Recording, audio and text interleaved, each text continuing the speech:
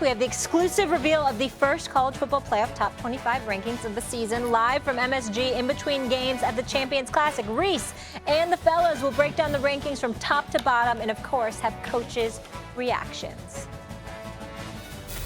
Hey there, I'm David Lloyd. Coming up on a 90-minute Sports Center, a one-on-one with Dak Prescott and why the Cowboys quarterback is okay rolling the dice without a contract extension. Plus, Cleveland cratering again and releasing a player this morning. Our GM tells you the Browns' biggest flaw. Sports Center with me and Ryan Smith right here on ESPN. But first, we go back to First Take. David, thank you kindly. Breaking news. The Dolphins no longer have a 0 in the win column. Miami beat the Jets yesterday 26-18 in New York, and the Jets now sit at the bottom of the AFC East at 1-7. Here's Jets head coach Adam Gase. Is this embarrassing? I mean, it's the NFL, man. It's the NFL. You can't be embarrassed by this. Does this win validate Steve Ross's decision to fire you? I'm not going to answer that. It's ridiculous. Can we please look at the New York Post back page? I love this one, but I'm kind of obsessed with mob movies.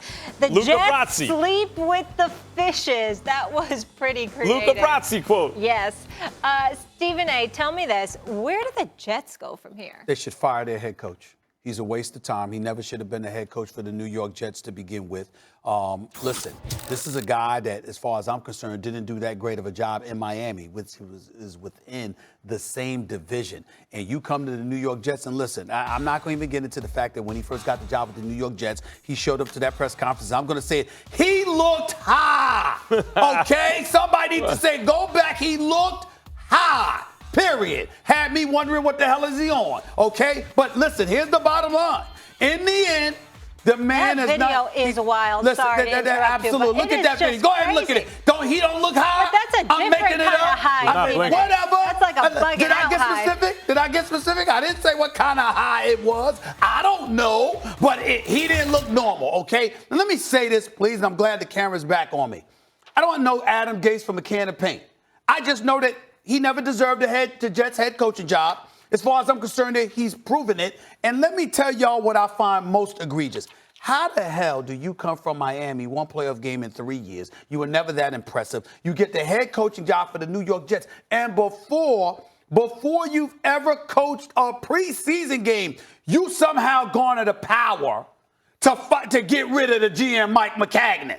Okay, so you picked Joe Douglas, the GM, and I'm not casting any aspersions on Joe Douglas, who came from the Eagles, has a pretty damn good reputation. I'm not casting any aspersions on him whatsoever, other than the fact that Adam Gase picked you. So the fact that Adam Gase would pick you makes me wonder whether or not you're the guy for the job. Who the hell is Adam Gase to be in control of anything? He's done, I don't even understand it. And as far as I'm concerned, it didn't surprise me at all. He doesn't galvanize troops. He doesn't inspire. Sam Darnold doesn't look better under him. As far as I'm concerned, he shouldn't have been the head coach to begin with. He needs to be gone. I think the only thing that's worse is my boy Jeff Brown in California that has my godson as a Jets fan. Now, he says, I didn't make Nicholas be a Jet fan. I just told him, okay, if you want free room and board, the Jets are the way to go. That's blackmailing my godson, and I don't appreciate it. And I don't appreciate Jeff Brown torturing my godchildren by forcing them to be Jets fans. They're about the only people. He's about the only guy that I would be as critical as being a Jet, as Adam Gase. Adam Gase needs to go. Even if you come from a long line of Jets fans, if you love your children, don't make them Jets fans. That's right. By the way, that same applies to the Mets, and I hate to tell you both, the Knicks, as long as Dolan owns the team. There's some teams where your children deserve a better life. Whether you're an immigrant you're from here, but like you sacrifice for the next generation. As much as I love to disagree with you, I'm going to sit up there and say you're right about break that. Break the cycle. It's not. It's break the cycle. Let me just say this about the Jets. Generational curses. Exactly. Yeah. Let me say this about the Jets losing to the Dolphins. He does to the Dolphins. I know. This is such a hapless organization. Also, like, yeah, you're scouring. Who's going to be the next head coach of this team? Aha, I got it. Let's go get that genius down in Miami, because look at all the success the Dolphins have had recently. The AFC East, you don't recruit from this division. It's a pathetic division. That's why the Patriots have a bye in the home game every season. That's why they're there. I mean, they're great, but also they're in the AFC Championship game at least every season. All they got to do is win a home game in the playoffs because of this pathetic division. Guys, here's the number one thing that's hilarious to me about all of this. Le'Veon Bell is still a Jet. Trade deadline came and went. Le'Veon Bell is still a Jet. They should have traded him back to the Steelers. How did you mess that up? What, is there a team in the NFL that couldn't use Le'Veon Bell? Le'Veon Bell makes any team he's on better, period. I don't care if you already got it back. He makes you better. You're saying they should have got rid of him? To us. That's what they say. No, I'm saying yes. Because they have no shot now anyway, so get more picks. Of course, and also. What do you think they get for him, though? How many picks? I think you can get something good for Le'Veon Bell. You would think. Imagine, Le'Veon Bell, no matter who you already have, will make you better. I don't go, well, they finally found something up in Green Bay. If you added Le'Veon Bell to the team, they'd be better. James Conner gets hurt. The Steelers are 4-4. Le'Veon Bell was their best offensive player with a healthy Roethlisberger and AB. He's not going to make them better? Of course he will. The fact that he is still a New York Jet with a big contract tells you everything you need to know. They don't know how to run the franchise. Starts at the top, fish rots from the head down.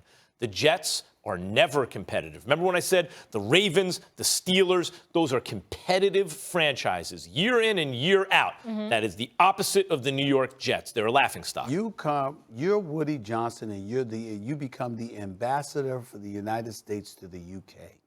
You give up controlling interest of the New York Jets to your brother, Christopher Johnson. And in his first year on the job, second year, whatever the hell it is, what does he do? He brings in Adam Gase, no reason for that, and gives him power after a few months on the job before he has even won a preseason game for you. And you get rid of Mike Maccagnan. And look at Mike Maccagnan. He's to Adam Gase's left, to our right. Look at how he's looking at Adam Gase right now. Look at, I mean, do you see this? Do you see this? And then you got Christopher Johnson that doesn't even want to look in Adam Gase's direction. What's going on? What the hell is going on? This is what the New York Jets are subjecting us to. You know what? I'm glad you brought that up about Woody Johnson. Why would you even try to be the ambassador to the UK? You have no qualifications for that job. Exactly. Why would you even want it? It's the same reason. Why do you want to own a football team if you don't know what you're doing? I'm not studying the qualifications of an ambassador for the United States of America. I'm studying the football team, and all I know But what I'm saying is it's instructive. He wants to do things he's not qualified for. If you're Christopher Johnson, what the hell are you doing giving power to Adam Gase? Him? What? And you wonder why you're the Jets. The Miami Dolphins ate your lunch. And that's why. And by the way, that's why we know Jamal Adams, my brother. That's why we know Jamal Adams was lying. Because when you set up this, I want to go to where I want to be a New York Jet. Really? You understand what I'm saying? I mean, and then the same way you talk about the Dallas Cowboys. That's like Rick James or Dave Chappelle saying. That's a hell of a drug. By the way, I'm about to make your day. The only thing more hilarious to me as a Giants fan, because in New York, if you like the Giants, you hate the Jets. Like Danny Dimes playing tonight. The only thing more hilarious to me than the Jets losing to the Dolphins, who we were asking, is this the worst team in NFL history, is the Cowboys lost to this Jets. That's right. That's the only thing that makes me smile about this for Dallas Cowboys fans. Lost the Jets' only victory of the season, Cowboy fans, has been against you. Now, that makes me happy, but that's about it. All right, I want to get into something else. So last week on the show, Stephen A., you said you don't believe Odell Beckham Jr. has been a disappointment this season. Yes, right. Lose again. 2-6 is Browns team. 1 TD catch on the season. You still feel that same way? Absolutely, positively. And I want to sit up here and make television by calling out my boss. I'm really sick and tired. Our boss is Dave Roberts. You understand what I'm saying? He wasn't Russ first day. I'm really getting sick and tired with his wannabe debating. So, come on this set and debate us, because he's the kind of dude that thinks that Odell Beckham Jr. should be gone. Let me tell you something. I'll tell you why Dave said that, because Dave likes when people win. And we haven't seen much winning from Odell. Dave likes when they win. Dave likes when they win and when they're not a headache, because Dave don't like taking aspirin. The bottom line is this: Odell Beckham Jr. is worth the damn aspirin, okay? It's not his fault what's going on in Cleveland. You guys both have Dave all wrong. He don't like anybody. He hates. No, he got love for me. I'm talking about the athletes. Dave will get on everybody. You know what? That is true. I don't know. Listen, Dave Roberts would trade Michael Jordan in his prime. one bad game is all it He got to go. Here's the deal. That's true. But I will tell you this, though. Odell Beckham Jr., he's not at fault here. Odell Beckham, it ain't his fault that he's wide open in one-on-one coverage in the flat. Let me say this. And Baker Mayfield don't know the audible and to get that ball to him. It ain't his fault that Freddie Kitchens can't call plays correctly. It ain't his fault that John Dorsey decides to give the head coach a job with all of this talent to a novice in Freddie Kitchens. That's not Odell Beckham Jr.'s fault. Game at Lambeau? So they ain't got nothing to do with yesterday. They ain't got nothing to do with yesterday. They don't have anything to do with You know what? It does. Wait, it does. Wait, no, it does have something to do. Maybe with not yesterday, but with this season, the playoff game. Season? Let me tell you why. Go ahead. Don't get it twisted. You're right that he has not been targeted enough and that he can't throw himself the ball, although if one player who ever lived could throw himself the ball or kick it to himself, it's Odell Beckham Jr. He might be the greatest athlete on earth. But that doesn't mean it's not a disappointing season, Stephen A., just because he's also being victimized by his circumstances. Look, when he, not this last week, but the week before this one, the week before last week, had a couple balls come his way and dropped them, it's the same thing like in the playoffs. Even though that's not his fault and the sample size will be very small, Odell, if you're in a bad situation, when you get the opportunity, you just can't drop the ball. Never. That's right. Nope. Not with the game in the balance. Not when they hit you in your hands. You can't drop the ball. He's done that a couple times. Now, you're right, yesterday in particular, it was glaring. Marcus Spears tweeting at me, not to Adam, like, he's right. If Odell is alone in single coverage, you cannot miss him. And let me tell you the real danger, and I told you last week, and now, Stephen A., I think it's happened. Odell went into a situation he wasn't going to chirp, he'd be fine, because he looked around and thought, baller, baller, baller. Game recognized game. Real recognized real. And his quarterback, after he played with an ancient Eli Manning, he had to be champing at the bit to play with Baker Mayfield, who looked like a stud second half of last season, with Freddie Kitchens as his offensive coordinator. Here's the number one thing that's going to ruin the Browns. If Odell looks at Baker Mayfield and says, that's not a baller. If that's what happens, if Odell's looking at coach and being like, nah, coach is putting him in a bad situation, they can survive that. But if he looks at his quarterback and goes, and that's what it started to look like to me yesterday, is he's looking at Baker and being like, how do you not even look my way in that situation? That will undo everything. Max, you're so wrong about this. First of all, we got a quarterback here looking like the second coming of Ron Burgundy. Not Napoleon Dynamite. Ron Burgundy. I don't mind the mustache. Ron Burgundy. That's number one. Napoleon Dynamite's such a good movie. I understand that, but Ron Burgundy, hilarious. that was great too. Okay, but when you look at Baker Mayfield, that's what the hell he's looking like. You got a coach that wants everybody to be in shape. Clearly, he's not. You got a general manager, a boss, an executive that's letting a one-year guy in his first-year quarterback make the decision as to who's going to be the head coach. You go out onto the football field, and a guy in Odell Beckham Jr. Let me remind y'all of something. There have been 8 games played by the Cleveland Browns.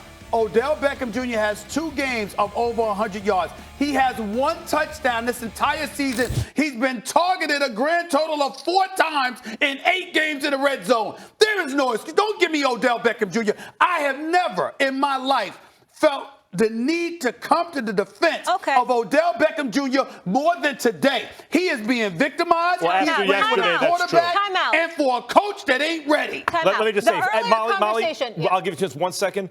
About yesterday, I cannot argue with you. That was inexcusable. They didn't look his way. Yeah. They didn't look his way. Can I just say something else? What about the deal with the cleats? We already had the cleats thing last time. I mentioned it. Like, what is the point of doing that kind of stuff, that nonsense, if you're so focused on winning? Let me tell you this. First of all, we've accused Odell Beckham Jr. of wanting attention in the past, right? Has any of us ever accused Jarvis Landry of that? Never.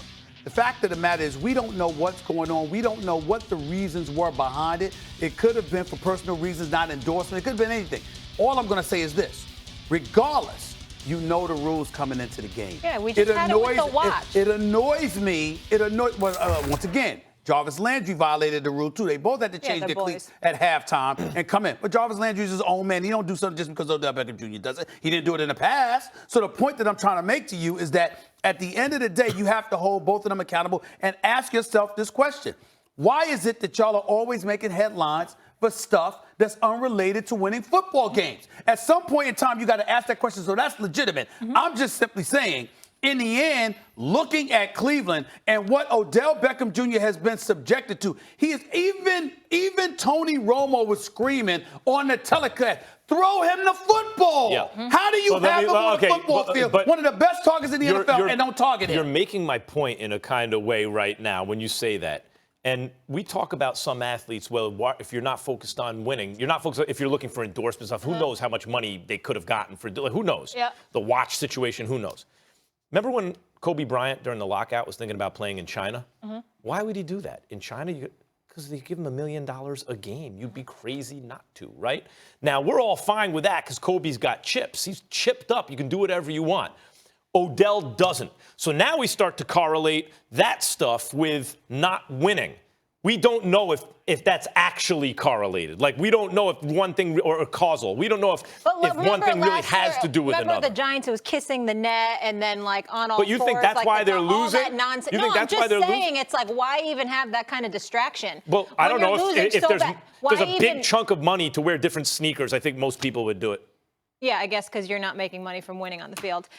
We got a birthday boy. Listen to this tweet here. It's my birthday. I'm 50. I feel great. I made it to halftime. Let's go. Hashtag Diddy50. Happy birthday Bad to Diddy. boy. That is bad boy for life. That is major. Come out and play. What's going on, P. Diddy? Happy birthday, big boy. Hey, by the way, you in that 50 bracket now, bro. This 50 years of age. See, Max and Molly don't know nothing about that. But your brother knows something about that, P. Diddy. Don't lose faith. It doesn't have to end just because the big 5-0 has arrived. You got to get in the gym. We got to stay off the crunch berries. I know the Ciroc is working for you. The cigars occasionally, but be cool. The brother's looking good. I just saw him a couple of weeks ago. Don't shadow box. You wind up throwing out your shoulder. No shadow boxing. Absolutely not. But you are looking good. You taking care of yourself. Keep it up. Keep making us proud, boy. Happy birthday to you. I'm so old. I'm so old. I still think of him as Puff. Something like Puffy. that. He's just getting started. Boy. All right, everybody. We'll see y'all tomorrow. Birthday. Giants, Cowboys. Happy birthday, big boy.